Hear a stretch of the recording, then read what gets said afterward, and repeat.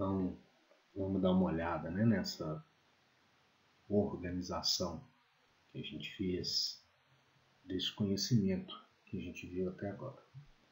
A característica marcante do Trichuris trichuria é a diferença que esse verme tem entre a parte anterior, que é fina e maior, né, longa, e a parte posterior dele, que é mais curta e calibrosa, né, mais grossa. A gente viu isso lá nos slides em que a gente mostrou, né, os desenhos representando esses vermes.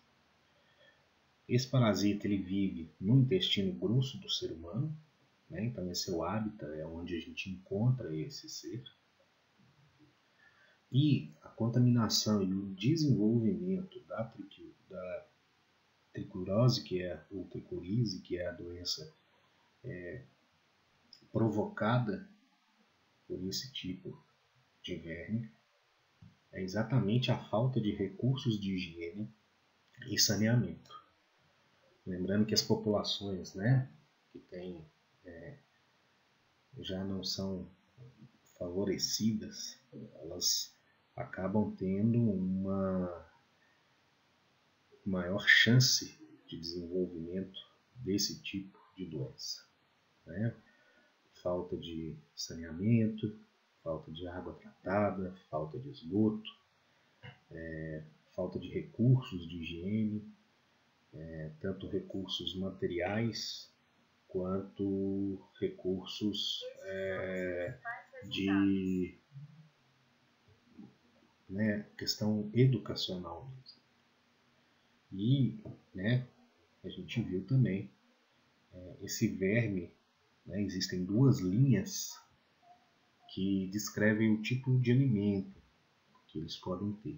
Então, uma linha acha que esse verme vai se alimentar do muco e das células, né, que são lisadas, são quebradas por uma substância que o próprio verme produz ali no local onde ele se encontra.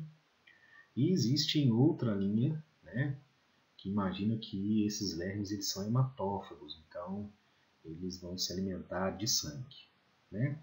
Então, se a gente colocar esses tópicos aí, a gente já tem uma visão geral do Trichuris trichuria.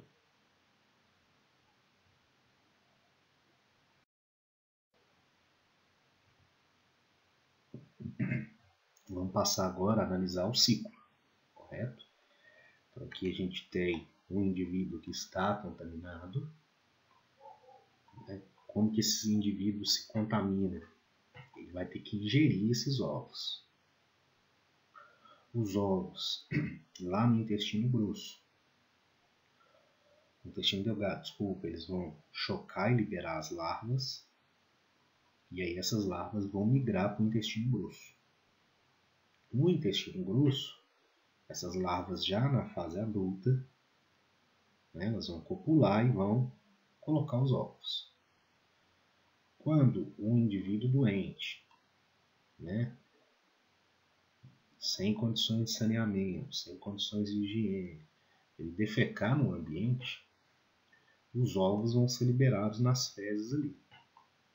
A gente vai lembrar aqui, né, que o ovo ele tem um formato elíptico, não é um círculo.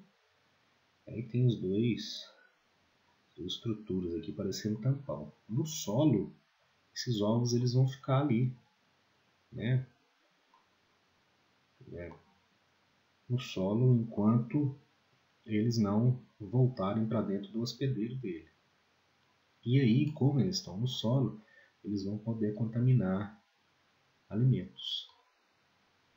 Então, esses ovos eles têm, né, um mecanismo que ele consegue ficar grudado nos alimentos. Então, né, pessoas que estão em área rural, principalmente, né, eles usam lá a terra para eles, a própria terra, né, do terreno deles para plantar. Então, os ovos eles podem ficar ali, né, nos alimentos, esses alimentos que eles usam para o próprio consumo. E aí, quando eles ingerirem esse alimento que está com os ovos, ele se recontamina e aí fecha o ciclo aqui do Trichuris trichuri. Né? Então os ovos ali que são colocados pela fêmea lá na luz do intestino, né? Na parte central do intestino grosso ali, vão ser lançados no meio exterior, vão evoluir ali, né, no solo, como a gente viu. O tempo para esse ovo variar, para esse ovo eclodir, né, para esse ovo se desenvolver, vai variar por causa das condições que o ambiente apresenta para ele. Então, o ambiente ele vai determinar a viabilidade deste ovo para ele contaminar alguém.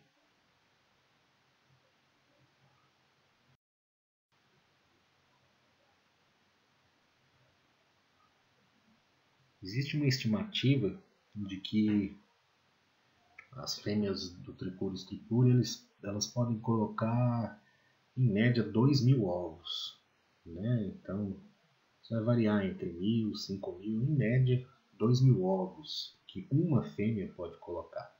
Então são muitos ovos, né? Isso tudo liberado nas fezes. Então você imagina 2.000 ovos sendo liberados nas fezes de um indivíduo contaminado. A chance dele contaminar outras pessoas, principalmente sem as condições de higiene e saneamento, são muito grandes. Por quê? Porque geralmente as pessoas que vivem nessas condições, elas têm mais pessoas vivendo no entorno delas. Né? Então, o índice de contaminação é muito grande. E aí, se o ambiente onde essas fezes foram depositadas for um ambiente úmido e permeável, né, que tenha condições desse ovo se esconder ali no solo,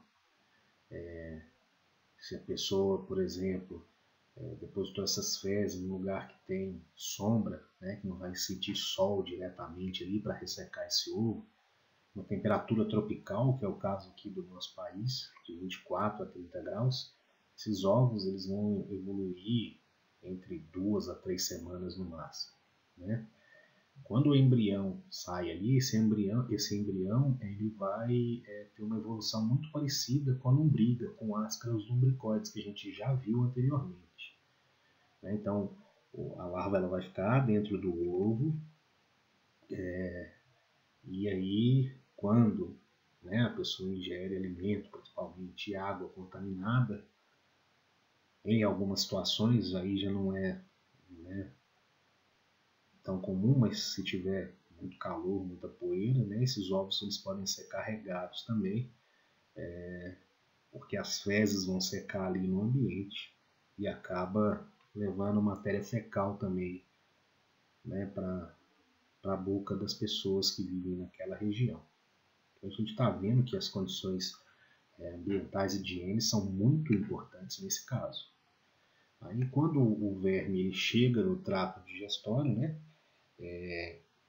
a larva ela vai ser liberada por causa ali dos processos de fermentação que acontecem no nosso sistema digestório.